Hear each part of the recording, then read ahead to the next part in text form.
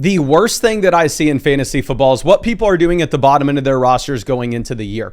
Honestly, I think just working the waiver wire can give you a significant edge over your league mates if you know the players that you want to be targeting. And today was the biggest waiver wire day all season in the Flock League. We just had 16 waiver wire moves processed because our rosters had been locked since the actual draft. So let me tell you what I did, and let me tell you what you should be looking to do in your own league. Now, obviously, I would suggest you link your team with the site. If you link your team with flockfantasy.com for completely free, you can actually see in the far right column the best available pickups, whether you want to look at just the overall player list, whether you want to sort that positionally by quarterback, running back, wide receiver, tight end. Should be super simple, but it will actually be really useful because obviously I can make a generic waiver wire video and I can say, hey, these players I think could be very interesting pickups in the majority of leagues, but I don't know your exact league. I don't know the exact players out there. So definitely double check with the website just in case you have somebody sitting out there like Tank Bigsby that I would never expect. So the first group of players that I want to discuss will be the IR eligible options. Now, I'm sure you've seen, but in the live stream every single day, I am grading fantasy football teams, reviewing fantasy football teams, and I see a lot of times that there's Joe Mixon out there on the waiver wire. There's Brandon Ayuk on the waiver wire. There's Tajay Spears on the waiver wire. Hell, even you can go deep enough of somebody like Jalen Coker. And all I want to say is if you have an empty IR slot and you have one of these options out there on the waiver wire that's currently on the injured reserve, make sure you go through, pick them up for free, put them in your IR slot because effectively it is just going to be an extra roster spot and an extra player that you get to roster for free. Now, let's talk about the options that are going to be relevant that maybe actually play early on. Starting with the Washington running backs. Now, I am sure if you have not been living under a rock, you know that Ja'Cory Crosskey-Merritt is somebody that you need to have onto your team. I actually was able to draft him in the last round of the Flock League, so I didn't have to chase him up the waiver wire. I can't even imagine what the waiver wire bidding would have been like if I did not take him myself. But I would also throw Chris Rodriguez out there as an interesting option because while I personally am really hoping it's Ja'Cory Crosskey-Merritt, Chris Rodriguez did play well in the preseason. He is the veteran. It wouldn't be the most surprising thing in the world if they split this backfield between Rodriguez and Austin Eckler at the beginning portion of the year, and then Ja'Cory Crosskey-Merritt doesn't come on until the second half of the year. Or realistically, he's a rookie that has nothing invested into him. He could be a complete zero. I'm really hoping that's not the case. I'm really banking on this guy being the starting running back for Washington this year. But both Chris Rodriguez as well as Ja'Cory Crosskey-Merritt are players that you should probably roster. If you look at the Vegas implied team totals for week one, you do have the Commanders as 6.5 point favorites over the Giants, and they do project out to be the fourth highest scoring offense in the league, and you potentially could just get their starting running back for completely free. Now, if you pick them up, do not put them in your starting lineup week one. Like you can actually go over and you can see on Underdog right now with the projections, they have Ja'Cory Crosskey-Merritt higher, lower, 35.5 rushing yards. So while he's a player that I'm really excited about the long-term upside with, definitely do not start any of these names week one. But if you think that's crazy, you can take that on Underdog Fantasy. This is the best week to get on Underdog.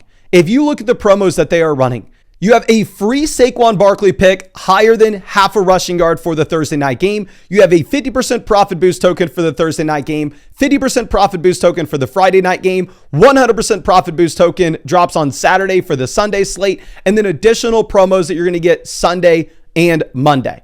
Week one is always the biggest week for promos. Plus, they have the best new user offer that we have ever seen since being with them for 4 years now, where after you play your first $5, you're going to get $50 added in your account if you use code FLOCK, and you're going to be getting my draft sheets, my rankings, and if you got the 2025 season pass, you can actually go over to flockfantasy.com, fill out the Google form that's going to be asking for your flockfantasy.com email address, your Underdog username. You fill that out, you're going to get an additional $10 added into your Underdog account. And lastly, Underdog is allowing me to create custom Flock pick'em packs for us to ride together. They are doing us a massive favor. They are boosting the packs as well. And we have our first one out for the Thursday night game, but there'll be additional ones for Friday and Sunday this week. Tons happening. I'm going to leave the link in the description and comment section. Code FLOCK is going to get you all those promos plus our draft sheets. you could possibly start Nick Chubb. Now, I also drafted Nick Chubb at the end of my Flock League draft, so I didn't have to worry about going out there and picking him up off the waiver wire. But I do also want to talk about Dameon Pierce and Woody Marks. Dameon Pierce did just get claimed off the waiver wire in the Flock League, very similar to Chris Rodriguez, because this Houston Texans backfield is similar in a way that, while we can project it out to be Nick Chubb as the starting running back, and while that's what I'm hoping for, there's a non-0% chance that Dameon Pierce is the dude. It is in the range of outcomes that Nick Chubb just has zero juice left, that they throw Dameon Pierce out there as the starter, and we get a flashback to what we had in Houston 2-3 years ago. So I would roster Chubb, I would roster Pierce, I would roster Woody Marks if you are in deeper leagues. The only note that I'm going to have is, with these running backs, if you do not like the role week 1, you cut them immediately. And that's what's beautiful about picking up a running back like Dameon Pierce, is that we know we are going to have other waiver wire options that we like after the first week of the NFL season. And you don't have to roster Dameon Pierce as some like long shot rookie like Deonta Thornton or Jack Besh, where if you're rostering Jack Besh and he does nothing week 1, it's like, okay, well, can we really cut him? Obviously, we weren't expecting him to do anything week 1. But if you're rostering Dameon Pierce and he does nothing, then it would be a very, very easy cut. Now, a player that I was expecting to get picked up in the Flock League waiver wire, and he didn't, and I'm actually going to add him to my watch list, and I'm really going to consider him in the future weeks, will be Xavier Legette, because Legette has had the perfect run out so far.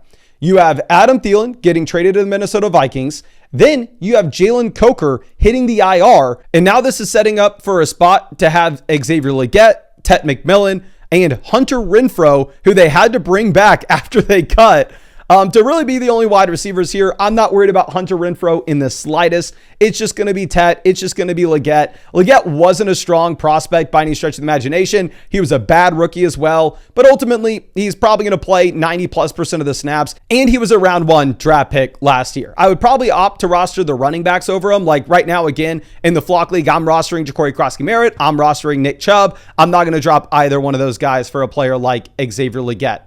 Now, going over and looking at what we have with our next running backs. So we are going to be looking at Dylan Sampson and Jerome Ford as running backs that probably need to be rostered. Regarding the Quinshon Judkins situation, I have no idea what to expect. I would expect that he probably is not worth a 5th round fantasy football draft pick. I'll tell you that much. But we have no news. Even if Quinshon Judkins signs tomorrow, even if he signs in 2 days, Quinshon Judkins missed all of training camp. He missed all of the preseason, and he still hasn't signed a contract. So while Quinshon Judkins, in my opinion, will be by far and away the most talented running back in this backfield, he's not going to be ready.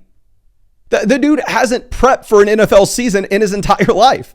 So I would assume Quinshon Judkins starts pretty slow. Jerome Ford's probably the starting running back for this backfield week 1. I wouldn't trust him week 1 though. But again, these are the perfect running backs you put at the bottom end of your roster. We see what the split is week 1. Maybe it's Dylan Sampson's backfield. Maybe it's Jerome Ford's backfield. But if either guy has 70% of the opportunities, they're probably worth the play the following week. Now, if they do split it 50-50, then you probably aren't going to be excited about either guy, because obviously it's a bottom 3 offense in the league. Almost forgot to talk about Ollie Gordon, but you got to pick him up. The reason is Jalen Wright doesn't look like he's going to be good to go at the beginning of the year. Devon Achane dealing with the calf. Now, Achane did practice Monday. They're telling us Achane's going to play week 1.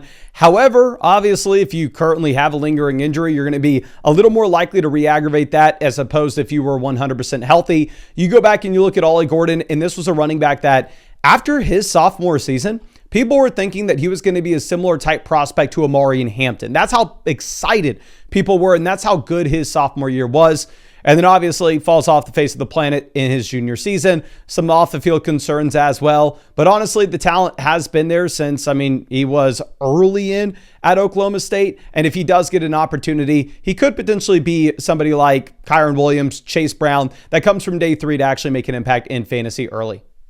Now, if you're in a deeper league, I think you can look at Hollywood Brown as a pickup, mainly just given the fact that you are seeing Rashee Rice suspended for the first 6 weeks.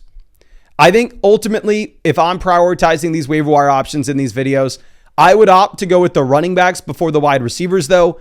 Like Hollywood's maybe a really interesting player, like an underdog best ball draft. You draft him as a wide receiver 6. If he turns out to be wide receiver 3, that's great. That actually really helps your team. And like a regular ESPN league where you start 2 wide receivers, 1 flex, it's going to be very difficult for you to ever know when Hollywood's going to have a good week and get him into your starting lineup. but he is maybe at least worth a roster spot at the very bottom. Now, going over and looking at Miles Sanders. Miles Sanders is my favorite type of player to roster going into week 1. You know why? He is in a backfield where I have no idea what's going to happen. Right now, the official depth chart is Javonte, Miles Sanders, Jaden Blue. But very similar to the Jacksonville Jaguars, this may be a depth chart that is meaningless when it comes to the running back position. We may see Miles Sanders out-touch Javonte Williams week 1. That is in the range of outcomes. So if that happens, you could potentially get the free starting running back for the Dallas Cowboys that's had multiple finishes as a top 24 RB. Whereas if Thursday night we see Javonte just be the clear starting running back, Miles Sanders is kind of operating in a committee with Jaden Blue for that second spot. And it's like, cool. Okay, we'll go ahead and we'll drop Miles Sanders. I know we're going to have more exciting waiver wire pickups after the first week of the season. But you'll know immediately on Thursday night if Miles Sanders is worth a roster spot or not. So I think he's the perfect guy to hold on at the very end. Najee Harris probably was going to give you usable weeks at the beginning of the season over Amari and Hampton if you didn't have the 4th of July incident leading to him only having one eyeball. Obviously, that's a joke. He has 2 eyeballs, but regardless, he missed like all of training camp. However, he looks like he's going to be good to go week 1. So how I would treat Najee Harris is probably worth the roster spot, very similar to like Tyler Algier, where if the starter were to go down in front of him, he's probably going to turn into a must-start option in fantasy, but you're probably never going to start Najee Harris outside of an Amari and Hampton injury now. And then going over, Emmanuel Wilson was a sneaky pickup in the Flock League, which was interesting to see because you do have Marshawn Lloyd actually hitting the IR, obviously a player that hasn't been able to stay healthy at any point of his NFL career. So Emmanuel Wilson is the direct backup to Josh Jacobs and the direct handcuff. And then looking at the DSTs, this is what I was interested in when it came to the waiver wire this week, because in my fantasy league, the Flock League, which of course, if you're not already subscribed to that on YouTube, make sure you go ahead and check that out. But we didn't force anybody to draft defenses or kickers. So I had no kicker. I had no defense. So I'm having to pick up a defense for week 1. I went through and I just looked at the implied team totals for NFL offenses for the first slate. And I went, okay, well, who are supposed to be the lowest scoring offenses? Oh, like the New Orleans Saints. So the Arizona Cardinals, super interesting defense. Oh, the Raiders. I guess the New England Patriots, super interesting defense. Oh, the Giants, the Commanders, super interesting defense. The Steelers, oh, the Jets are interesting. Oh, the Browns, I guess the Bengals defense is interesting for whatever reason. So when you're choosing between your DSTs, what I personally do, I'm not going to sit here and pretend like I'm a defensive streamer expert, but I look at sportsbooks data. I get the information of what are supposed to be the lowest scoring offenses of the week.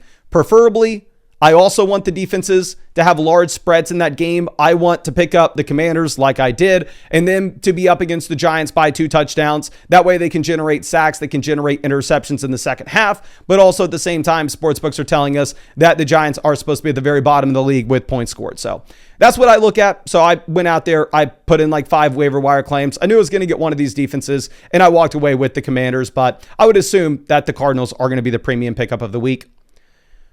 But I think that's all I got for you. I really hope I was able to help you out with this video. Again, I'm going to be doing waiver wire videos all year long. I would highly recommend you just linking your team with flockfantasy.com. That way you can see the personalized, tailored best rankings for you when it comes to waiver wire options. And then also, I'm going to be annoying as hell with this, but this is the number 1 week all season when it comes to pick 'em promos. So if you were ever going to get on Underdog, now is the time to do it. You have the free Saquon Barkley pick on Thursday night, 50% profit boost token on Thursday night, 50% profit boost token on Friday, 100% profit boost token for the Sunday slate, additional pick 'em promos on Sunday, Monday.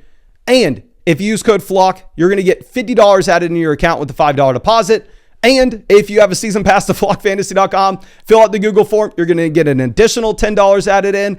And on top of that, we have the Flock boosted pick'em packs that we're going to be rolling with together, which will be a ton of fun. Be able to have the instant reaction to that on the live streams after each game. But I really appreciate you. I'm going to leave the link to Underdog Fantasy in the description and comment section. I really hope I can ride that boosted pick'em pack with y'all. And I really hope I get to see you out with a live stream later tonight.